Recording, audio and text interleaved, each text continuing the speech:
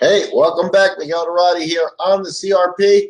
And we've got light fare on the boxing side this weekend. The books right now, not a lot of odds, but if we fast forward to September 14th, we know the eyes of the boxing world are going to be on Las Vegas and the return of Tyson Fury. Fury taking on undefeated Otto Wallin on ESPN and ESPN Plus, the whole deal there with, you know, him in Top Rank and ESPN delivering the fights stateside for Tyson Fury. So what are we getting here? I mean, the bottom line is if we look at the odds have Tyson Fury at minus 2,100. That means you have to bet $2,100 to win $100. On the flip side, Otto Wallin is returning at plus 1,280. It means if you pay a $100 bet on Wallin and he wins, that you win $1,280. So that might be tempting to some people, and you kind of want to look and see if Wallin has a shot. And I'm going to opt for no. No disrespect to Wallin. Wallin is 20-0. He's fought in the States. We saw him recently at the Boardwalk Hall in Atlantic City this past April. He fought on the undercard of Christina Hammer and Clarissa Shields. Unfortunately, that fight ended in a no contest, and that didn't do him any favors there in terms of introducing him to the American audience. So he's still largely an unknown fighter and a fighter with a European record. It looks a lot like Schwartz, the previous opponent that Fury got.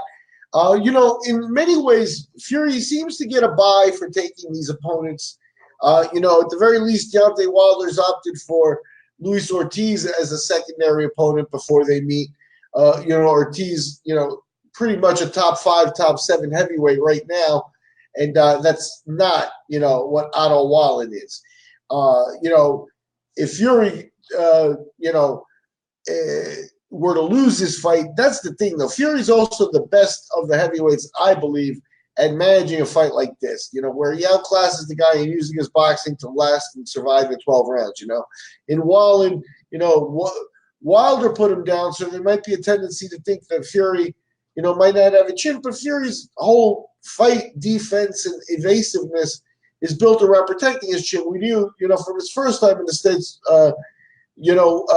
that he got planted on his butt as well, So it's not a situation there where, Tyson Fury has never been down before the Deontay Wilder fight. So he's obviously not going to want to get hit by Otto Wallin, but I don't think Otto Wallin's got the skill package to ever reach him. I mean, he's got 13 knockouts in his fights, but there's nothing on his resume that hits at it. The sport books, once they're going to give, offer $1,200, $1,300 for you to bet $100, it's pretty clear here that Wallin really doesn't have much of a chance except for the old, puncher's chance. Puncher's chance isn't what you want against Fury, because Fury, if you sit him down, he does get up. And the bottom line is sitting him down is a chore that we've only seen Deontay Wilder really pull off recently. Wallin doesn't fit the bill. Fury doesn't get the criticism for taking opponents like this, and we'll see after the fight what happens here. What's going to happen is probably the Fury and Wilder fight. The rematch will be announced, and Wilder will not fight Luis Ortiz, and we'll find that was shenanigans. But that's the stuff for a different podcast. Right now, we're looking at September 14th, the odds for Tyson Fury versus Otto Wallin. The odds tell you to bet Wallin if he's got a shred of a chance. I'm probably suggesting that you just keep your money in your pocket. It's not worth it. He's paying back at plus 1,280. Tyson Fury minus 2,100 favorite for his next outing. I'm Miguel Dorati for the CRP.